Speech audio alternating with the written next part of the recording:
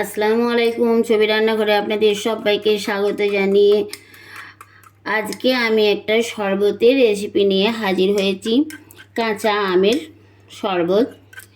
এখন প্রচণ্ড গরমে মন প্রাণ ঠান্ডা করার মতো এই শরবত।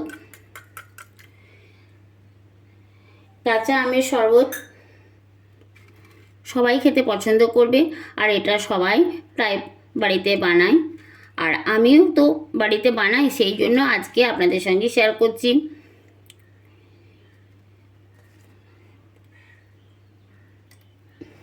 চলুন কিভাবে এই শরবতটা আমি বানিয়েছি সেটা দেখাচ্ছি। আমার চ্যানেলে যদি প্রথমে এসে থাকেন বন্ধুরা, তাহলে আপনাদের কাছে অনুরোধ আমার চ্যানেলটিকে সাবস্ক্রাইব করে ভিডিওটিতে লাইক দিয়ে পুরো ভিডিওটা দেখতে থাকুন। চলুন কাঁচা আমের শরবতটা বানাই। কাঁচা আমের এই শরবত বানানোর জন্য আমি এখানে গাছ থেকে দুটো কাঁচা টাটকা আম পেড়ে নিয়েছি। প্রথমে আমি আমের এই বোটার অংশটা কেটে নেব।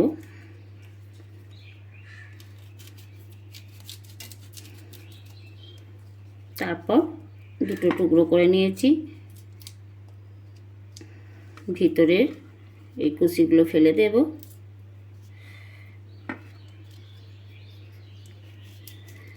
গরমে এই আমের শরবত সবাই পছন্দ করবে।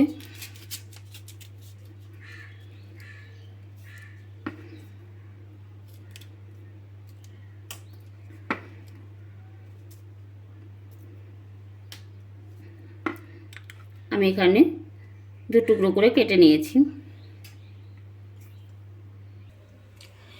আমগুলোকে সেদ্ধ করে নেব। আর এখানে গ্যাসের ওভেনে একটা পাত্রে আমি জল বসিয়েছি। গোটা সেদ্ধ করেও নেওয়া যাবে, কিন্তু আমি ভেতরে কুশিটা ফেলে দিয়ে আমকাটা সেদ্ধ করে নেব। ঢাকা দিয়ে সেদ্ধ করে তারপর এসে দেখাচ্ছি। আমগুলো সেদ্ধ হয়ে গেছে, পুরো সেদ্ধ করে নিয়েছি। এখন খোসা থেকে বের করে নেব। এখন এই খোসাটা থেকে আমগুলো এভাবে ছাড়িয়ে নেব।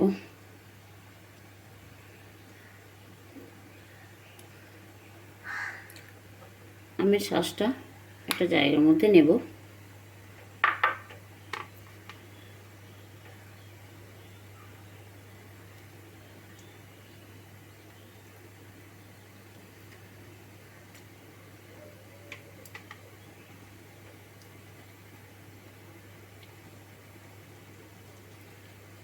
আমি আমটা সেদ্ধ করে নিয়েছি। আপনারা চাইলে আমটা পুড়িয়েও এই আমের শরবত বানাতে পারেন।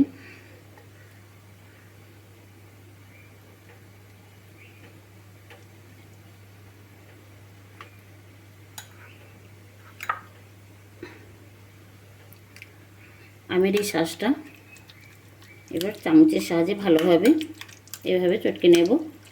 একটা ছাঁকনিতে ছেঁকে নেব। আমের খোসাগুলো এখন ফেলে দেব। এটা গাছের ন্যাংরাই আম। এই আমটা পাকলে মধুর মতো মিষ্টি, আর এখন কাঁচাতেও খুব একটা টক নয়।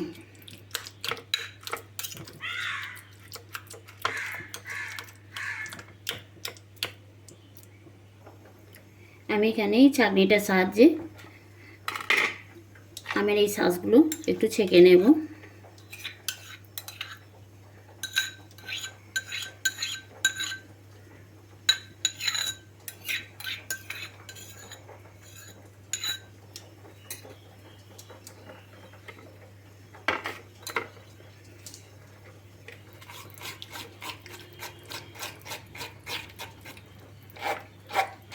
ঠিক এইভাবে চামচে করে চাপ দিলে এদিকে বেরিয়ে আসবে।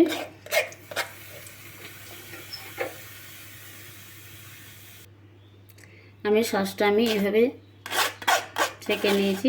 এগুলো আটকে গেছে।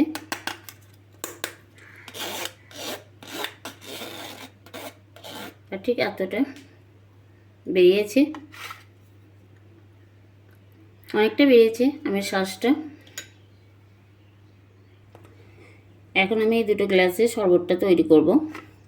দুটো গ্লাস নিয়েছি, আর এই গ্লাসের মধ্যে আমের যে শাঁসটা আছে ওটা দেব।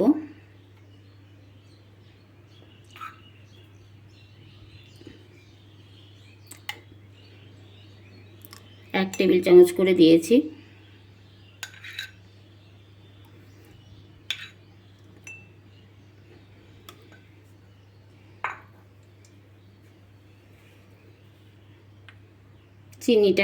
চিনিটা গুঁড়ো করে নিয়েছি, চিনির গুঁড়ো দেব 1 চামচ,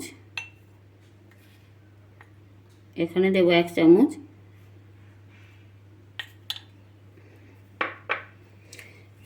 দেব পরিমাণ মতো, না অল্প পরিমাণে লবণ দিতে হবে। লবণটা দিলে শরবতের টেস্টটা আরও ভালো লাগে।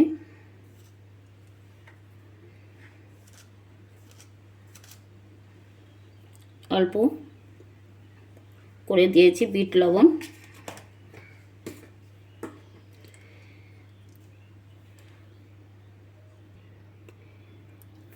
আর আমটা সেদ্ধ করার পর সবুজ কালারটা থাকে না, তার জন্য আমি এখানে নিয়েছি পুদিনা পাতা। পুদিনা পাতাটা বেটে নিয়েছি। এটা যেহেতু ভিডিও বানাচ্ছি একটু কালারফুল হবে, দেখতে ভালো লাগবে।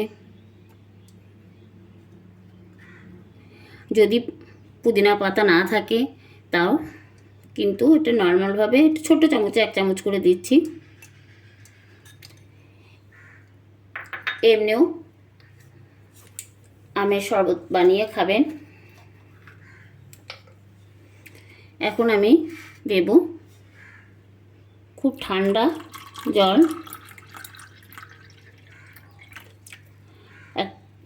এখানে আমি বরফ ব্যবহার করি নাই, ফ্রিজের ঠান্ডা জলটা আছে বলে আর বরফ ব্যবহার করব না।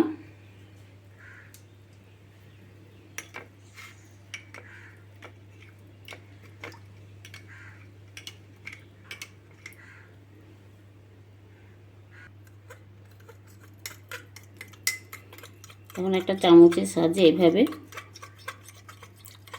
এবার মিশিয়ে নেব। চিনি লবণ সবই গলে যাবে।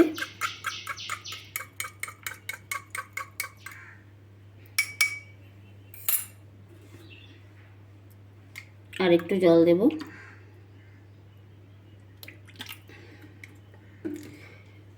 আপনারা বেশি ঠান্ডা খেতে চাইলে এখানে বরফ দিয়ে দিতে পারেন।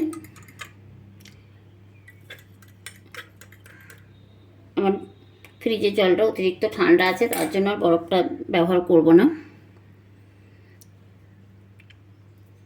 এখানে লেবু,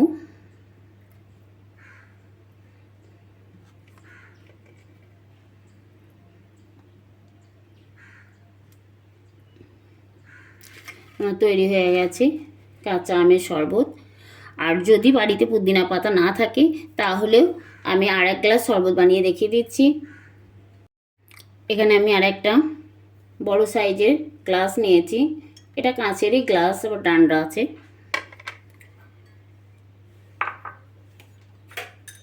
ওই গ্লাসের মধ্যে দেব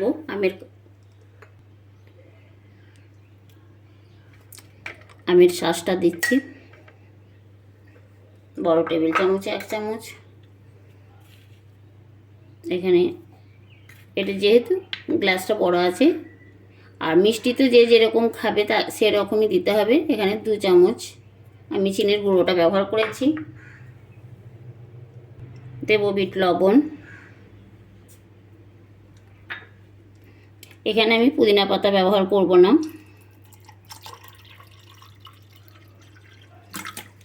ফ্রিজের এই ঠান্ডা জলটা দিয়ে দিয়েছি। এবার চিনি লবণ আর আমের যে শাঁসটা আছে ওটা একসঙ্গে মিশিয়ে নেব। বন্ধুরা, পুদিনা পাতা ছাড়াই আপনারা এইভাবেও কাঁচা আমের শরবত বানিয়ে খেতে পারেন।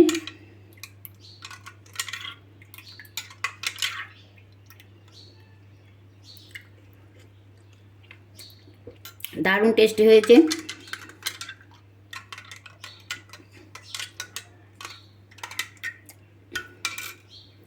তাহলে বন্ধুরা, আমার এখানে কাঁচা আমের শরবত তৈরি হয়ে গেছে। আমার এই রেসিপি কেমন লেগেছে আপনারা অবশ্যই কমেন্ট করে জানাবেন। ভালো লাগলে লাইক কমেন্ট শেয়ার করবেন। আর